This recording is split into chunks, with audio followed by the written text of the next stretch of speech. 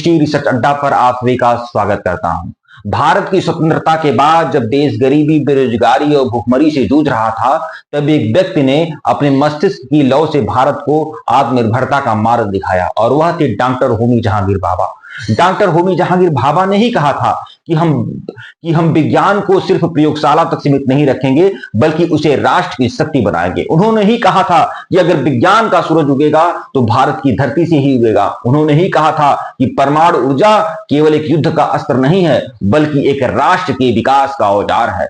तो वह डॉक्टर होमी जहांगीर भाभा, जिनकी जयंती आज पूरा देश मना रहा है। आज ही के दिन 30 अक्टूबर 1909 को मुंबई महाराष्ट्र में एक संपन्न प्रतिष्ठित धनाढ्य पारसी परिवार में डॉक्टर होमी जहांगीर भाभा का जन्म हुआ था। उन्होंने कैम्ब्रिज विश्वविद्यालय से भौतिकी की उच्च शिक्षा प्राप्त की। उन्होंने 1945 में Tata institute of fundamental research की स्थापना की। 1954 में भाभा परमाणु अनुसंधान केंद्र की स्थापना की, इसीलिए उनको परमाणु पुरुष भी कहा जाता है।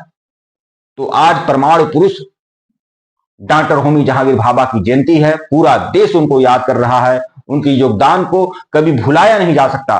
कई बार ऐसा हुआ कि विदेश सेवा के दौरान, विदेश भ्रमण के दौरान डॉक्टर होमी जहांगीर भाभा को उच्च वेतन, विश्वस्तरीय प्रयोगशालाओं का प्रलोभन दिया गया, लेकिन डॉक्टर होमी जहांगीर भाभा ने उन सभी प्रलोभनों को ठुकराकर देश सेवा को ही चुना। उन्होंने कहा कि मैं उस देश का बेटा हूं जहां के बुद्ध थे, जहां के राम थे, अतः देश की सेवा ही हमारा परम धर्म है। तो आज डॉक्टर होमी जहांगीर भाभा को देश याद कर रहा है। 24 जनवरी 1966 को विमान दुर्घटना में फ्रांस में उनकी मृत्यु हो गई।